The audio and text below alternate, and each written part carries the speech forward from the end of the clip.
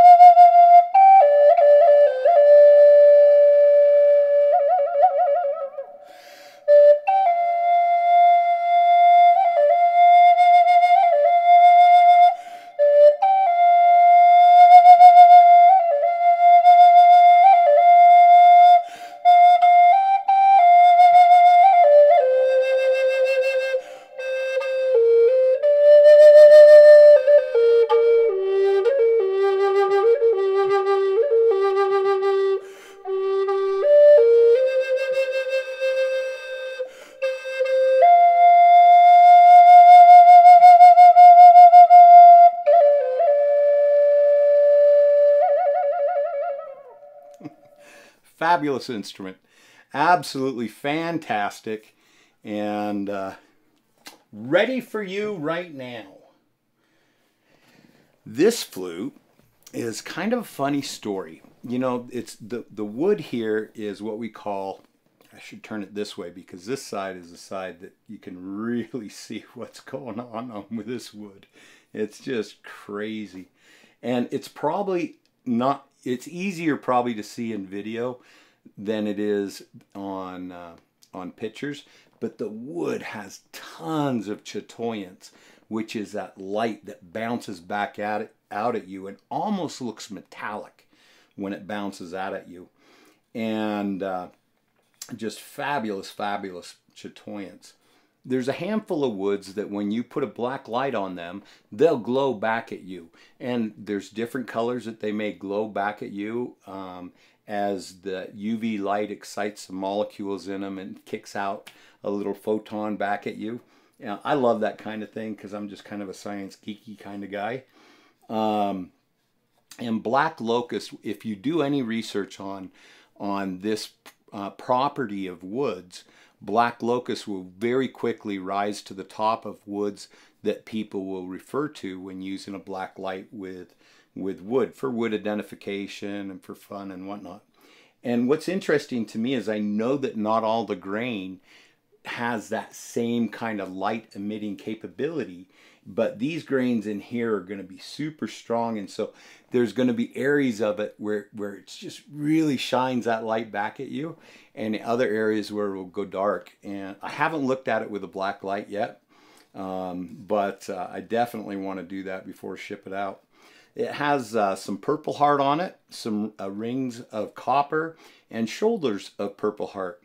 And the reason for the shoulders is of the purple heart is really simple. This flute originally was scheduled to be a Taos old style, but when we saw the grain that actually was produced in the wood, it was just so awesome. I was like, no way, man, we got to make that a custom creation, a simple elegance flute, because it's just so lovely. I really, I got just a little bit. We're getting close to being out of it, unfortunately, but I got just a little bit of black locust from a friend who does some arbor work, cutting trees and whatnot.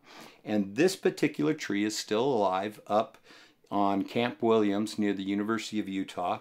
When I was young and worked up in Research Park, I would ride my bike through these trees intentionally. There was other ways I could have gone that were maybe a little bit shorter, but the drive through these locust trees, because they're huge.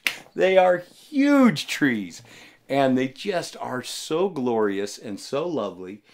And I don't know why, but the wood that I got from my buddy, it is a little different than other black locusts. It's just more substantial, almost like it has more silica in it or something. It just feels a little bit denser, and the grain is super, super interesting, and the color is really lovely too. At any rate, this is in the key of low E, and lovely instrument.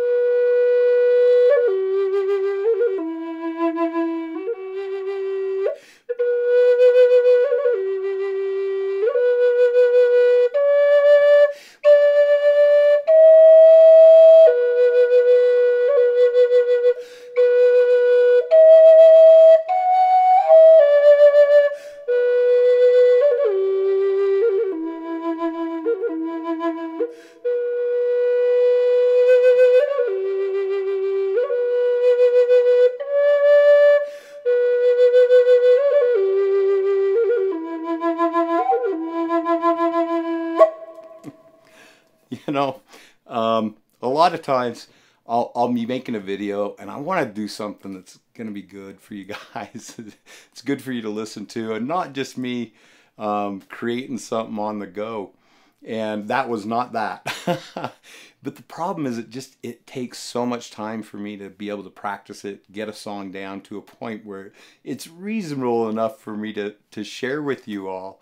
And so when I started playing, I was like, well, my thinking on that little ditty I just did there was I don't want to start on the same note I did on the last flute. I want it to be something different. And on the last tune that I just did on the G flute, I went up after the first note. And so I thought, well, I'll go down. And then, anyways, it ended up being this really simple kind of thing that to be able to just show you what the flute sounds like and make a little music. Look at this grain right here. This is, I gotta see this in a black light. I think that is gonna be so incredible. It may look just kind of more whitish to you guys, but from the angle that I'm getting, there's like, it's like a burl going through there. There's all sorts of figure in that little bit there. Very, very cool. All right. The next flute I'll share with you is a one-heart flute. This is made from myrtle and has the one-heart totem on it. This was the one-heart flute was designed with the ideals that Jan Michael talks about when he talks about one heart and one tribe and one family. And so I love myrtle. I used to use myrtle for the Performance Eagle flute many years ago. Myrtle burl, but I'd ran out and then had some trouble getting it.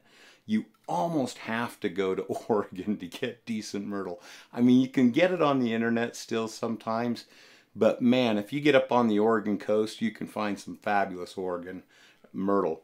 And at any rate, that's what I did, and I ended up buying the entire log from this gentleman, and it's got burl clusters running all down the log.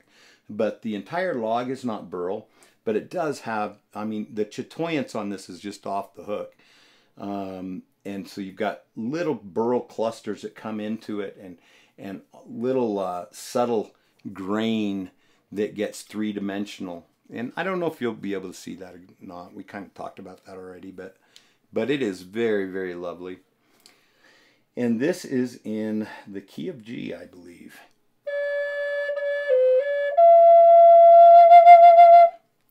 Oh, that's very sweet sounding. That makes me want to play a song to my wife.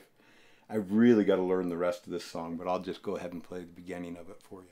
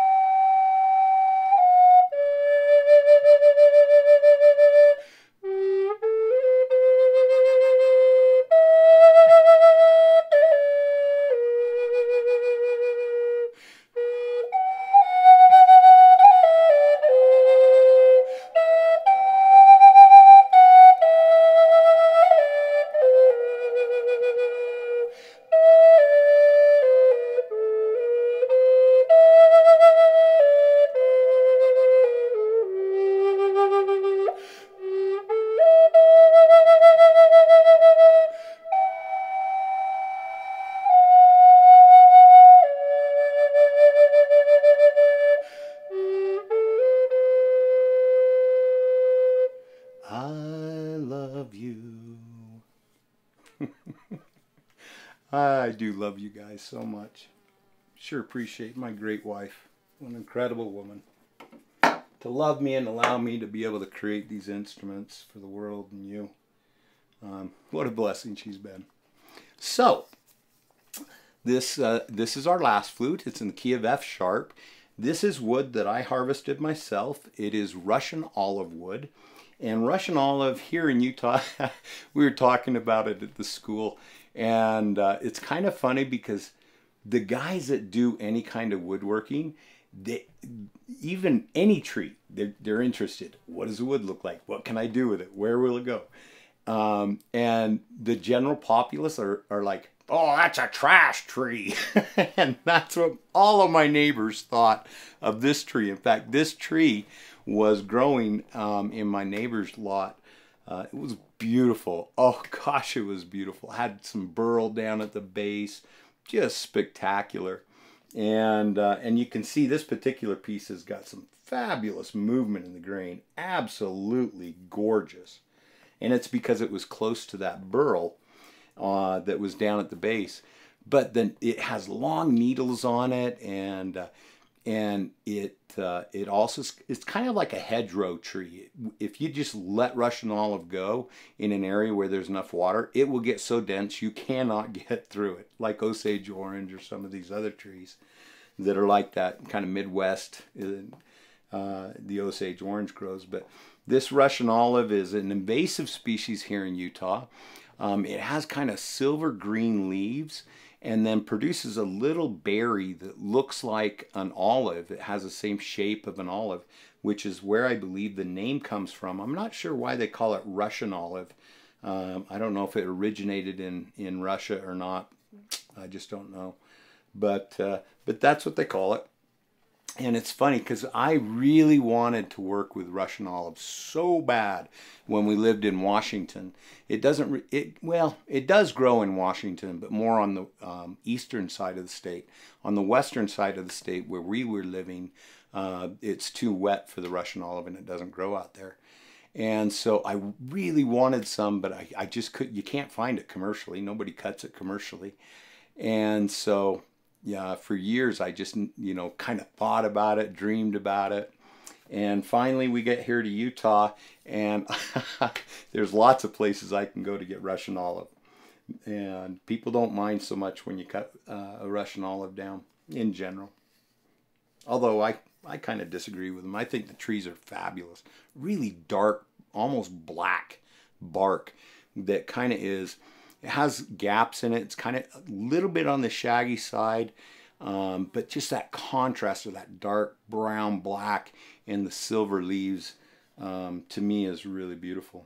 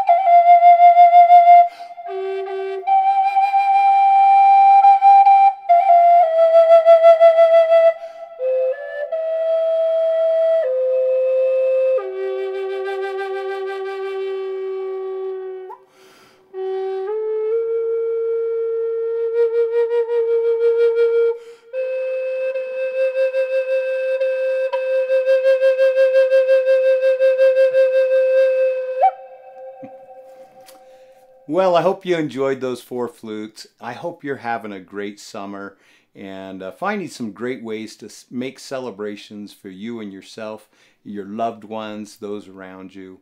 I hope you're finding ways to create joy for yourself and others. Many blessings to you. Have a great day. Whether you're dreaming of your first native flute or wanting to create some custom instrument, Woodsounds is where your dreams can be made real. My name is Brent Haynes, and you can reach me at 801-822-1415 or brent@woodsounds.com. Have a great day.